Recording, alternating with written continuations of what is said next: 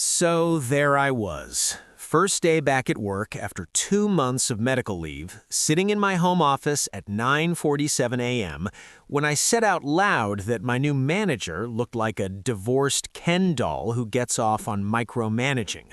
What I didn't realize, my microphone was on, and all 47 people on the call, including the divorced Ken doll himself, heard every single word.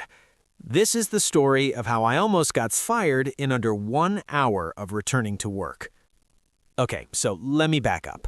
My name is Alex, and I worked, I'm still not totally sure, as a project coordinator for a mid-sized tech company called Vertex Solutions.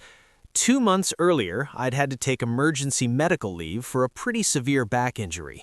Nothing dramatic, I just bent down to pick up a pen and my spine said, actually, no, we're done here. 31 years old and my body rage quit like a bad video game.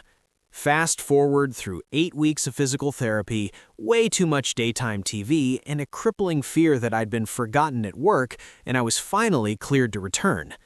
I'd been excited, genuinely. I missed my team, I missed having structure, I even kind of missed the work, which is how you know I'd been home too long. But there was one tiny problem.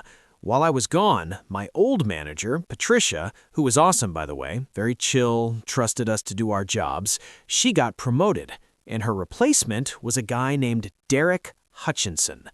Derek Hutchinson. Even his name sounds like it comes with a terms and conditions agreement. I'd only met Derek once, briefly, over Zoom during my last check-in before returning. He had that very specific energy of a man who color codes his sock drawer and has opinions about font choices. He'd spent 20 minutes explaining the new accountability framework he was implementing, which as far as I could tell just meant more meetings. But whatever, I could handle it. I'd handled worse. How bad could one micromanager be? Spoiler alert, I was about to find out. So, Monday morning, first day back. I made coffee, the good stuff, not the instant garbage I'd been living on. I put on actual pants. I even combed my hair, which, let's be honest, nobody was going to see, but it felt symbolic. 9 a.m. sharp, I logged into my computer. 17 Slack notifications, 43 emails, and one calendar invite that made my stomach drop. All hands team meeting. Mandatory. 9:30 a.m. Sent by Derek Hutchinson. Great. Starting strong. I clicked into the Zoom link at 9:28. Already there were like 30 people on the call. I recognized most of my team. Sarah gave me a little wave. Marcus typed, "Alex is alive," in the chat, which made me smile. And then, at exactly 9:30 and 0 seconds, not 9:30:15, not 9:30:30, but exactly on the second, Derek unmuted himself. He was wearing a full suit. A suit for a Zoom call on a Monday morning in a tech company where our CEO once attended a board meeting in Crocs. This man was a different species. He launched into this presentation about new operational protocols in performance metrics framework. The PowerPoint had 47 slides, 47, about synergizing our productivity ecosystem and leveraging accountability touchpoints. It was corporate word salad, meaningless jargon soup. Around slide 12, I was dying inside, so I did what any reasonable person would do. I muted myself, or at least I thought I muted myself. I clicked the little microphone icon on the bottom left of my screen, saw it turn red, and figured I was good. I minimized the Zoom window and opened my email, half listening to Derek drone on about quarterly KPI optimization. That's when my roommate, Jake, walked into my office. He didn't know I was on a call because, I thought I was muted. He just casually asked, "Yo, how's the first day back? Is it as soul-crushing as you remembered?" And I, like an absolute idiot, responded at full volume.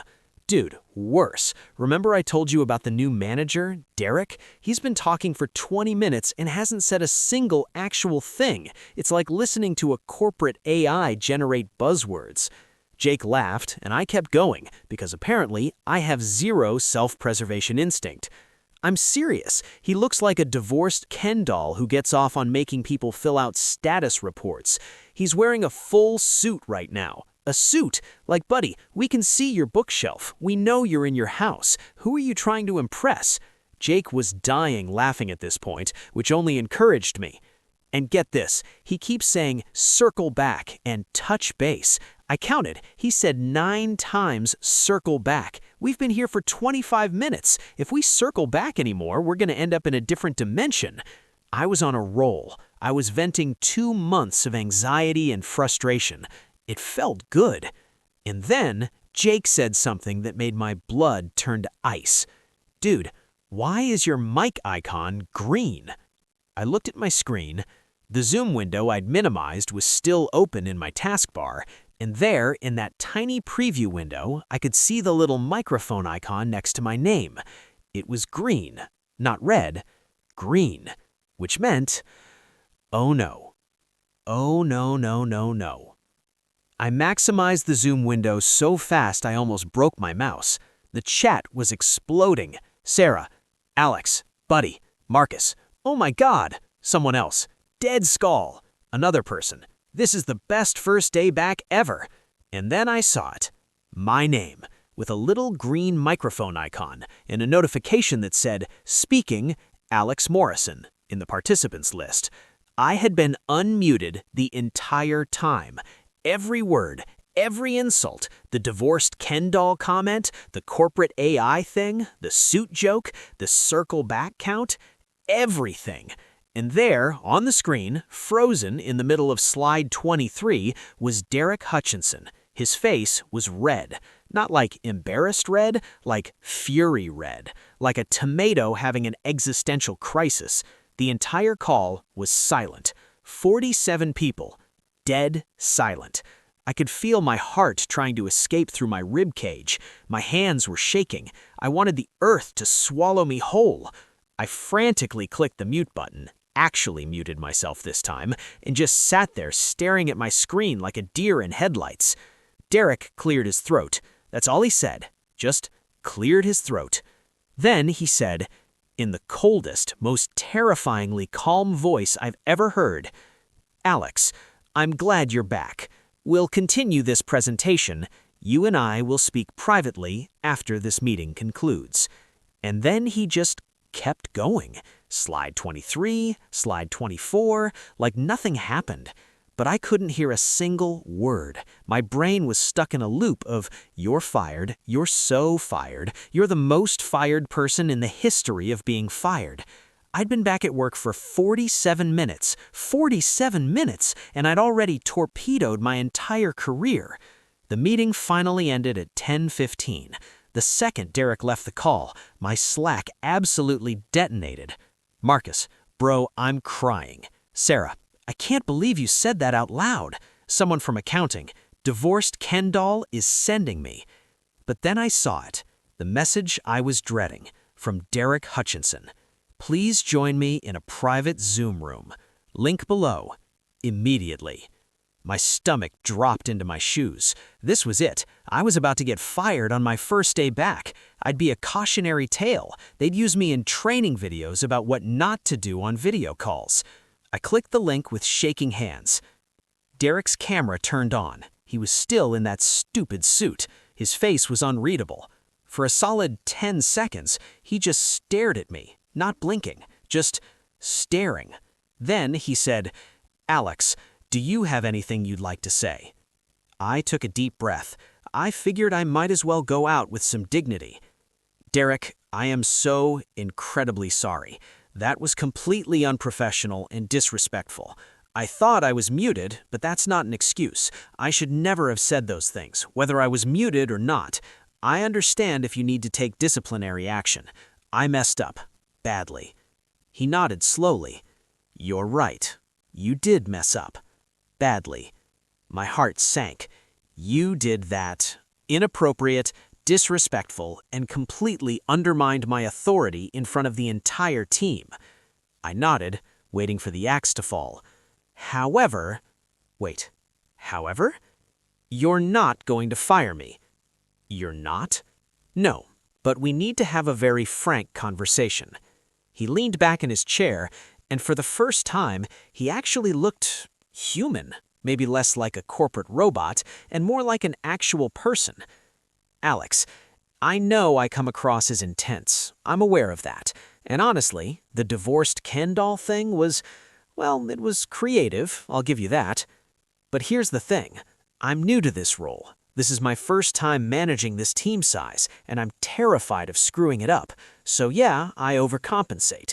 I make 47 slide presentations because I want to make sure I cover everything. I wear a suit because I'm trying to be taken seriously. I say circle back because I don't know what else to say when I'm buying time to think." I just sat there stunned. "You've been here for 3 years. The team respects you. Patricia told me you were one of her best coordinators, so I'm going to make you a deal." Oh no, here it comes. "I won't fire you, but you're gonna help me." Help you? Help me be a better manager. You clearly have opinions, strong ones. So instead of venting to your roommate, I want you to tell me when I'm doing something stupid. Directly, professionally. Can you do that? I was so shocked I almost forgot to respond. Yes, absolutely, I can do that. Good, because between you and me, that presentation was too long, and this suit is uncomfortable as hell. He actually loosened his tie a little. So here's what's going to happen. You're getting a written warning for the incident. It's going in your file. That's non-negotiable. But you're not fired. And moving forward, we're going to work together to make this team function better. Deal? I nodded so hard I almost gave myself whiplash. Deal. Absolutely. Thank you, Derek. Seriously. Don't thank me yet. You're also going to send an apology email to the entire team for disrupting the meeting, and you're presenting at next week's all hands. I groaned internally, but honestly, I deserved it. I can do that. Good. Now get back to work. And Alex? Yeah? Check your mute button. Every single time. So that's how I almost got fired on my first day back at work. I sent the apology email that afternoon. Most people responded with crying, laughing emojis. Marcus said it was the highlight of his year. Sarah told me she'd already made divorced Ken doll her Slack status. And you know what? Derek actually turned out to be a decent manager.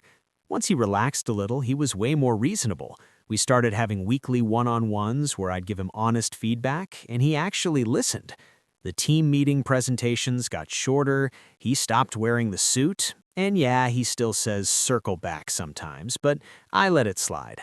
As for me, I check my mute button obsessively now, like multiple times per call. I've developed a nervous tic about it, and I learned a valuable lesson.